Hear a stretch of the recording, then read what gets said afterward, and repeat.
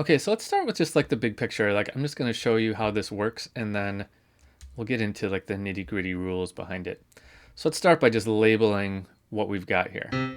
So we've got a 1. We're in C major. Okay, so we've got C. What do we have here? We have G, D, G, B. So we have a 5 chord, right? Nothing fishy about that. Okay, well, what do we have here? We have a D, D, F sharp, A, C. So that's a D major chord with a 7th. So that's a dominant chord. It's a 5-7 chord, right? That's the only place we really see that. But it's on a 2 chord. So it's a major 2 chord with a 7. Doesn't make much sense. Let's just leave that just like that for now. We're going to come back, and this is what secondary dominants are all about. It's figuring out what this chord is. But let's come back to it in a minute. Okay, let's go here. What chord is this? This is a 5-7. Okay, so we have G, D, F, G, B. So we're back to F natural to make a G7 chord. And then we're back to 1. Oops. Okay.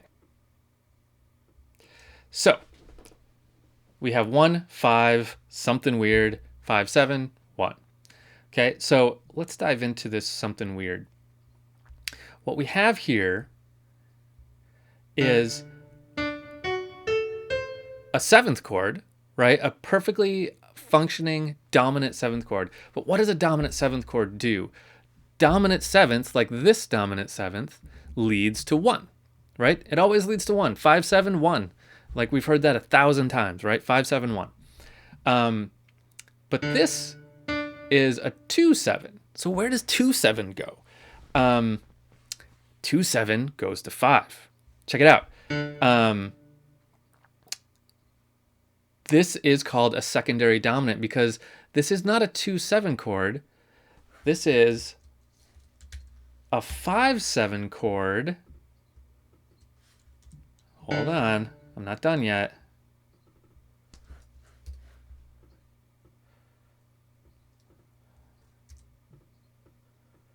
Oops. And text in MuseScore is just a pain in the butt. Okay, I need a straight line here. Okay, let's make that a little bit longer. Oh, that's fine. Okay, this is what we would call this chord. Here's what we're saying. We're calling it a 5-7 of 5. Meaning, if, just for this brief little moment, if we were in the key of the 5, if we were in the key of G, in this case, this would be a 5-7. So this would be a 5-7 chord in the key of G. So what we're going to do here is we're going to say this is functioning like 5-7, and it's pushing us to our what would be our tonic if we were in that key, which is 5. So we write it as a number over, or a chord over another chord.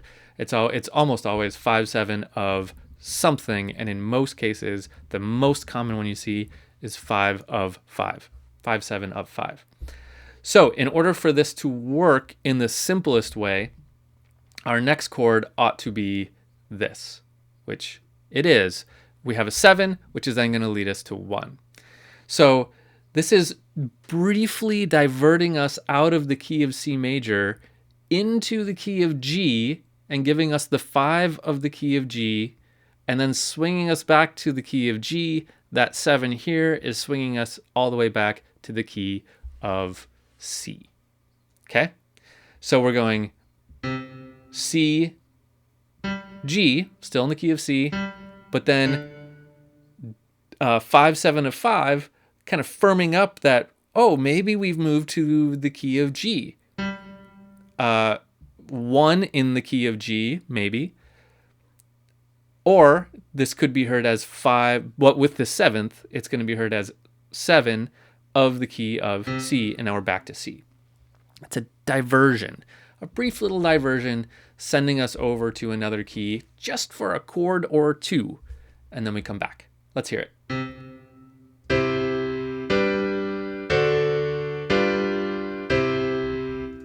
Okay, so what we're hearing is 1, 5. Notice that this chord has to resolve correctly. So F sharp up to G, which it kind of cheats there a little bit. C down to B. And I've given it a kind of a root motion to really kind of help with it. Let's hear that again. Let's slow it down just a little bit.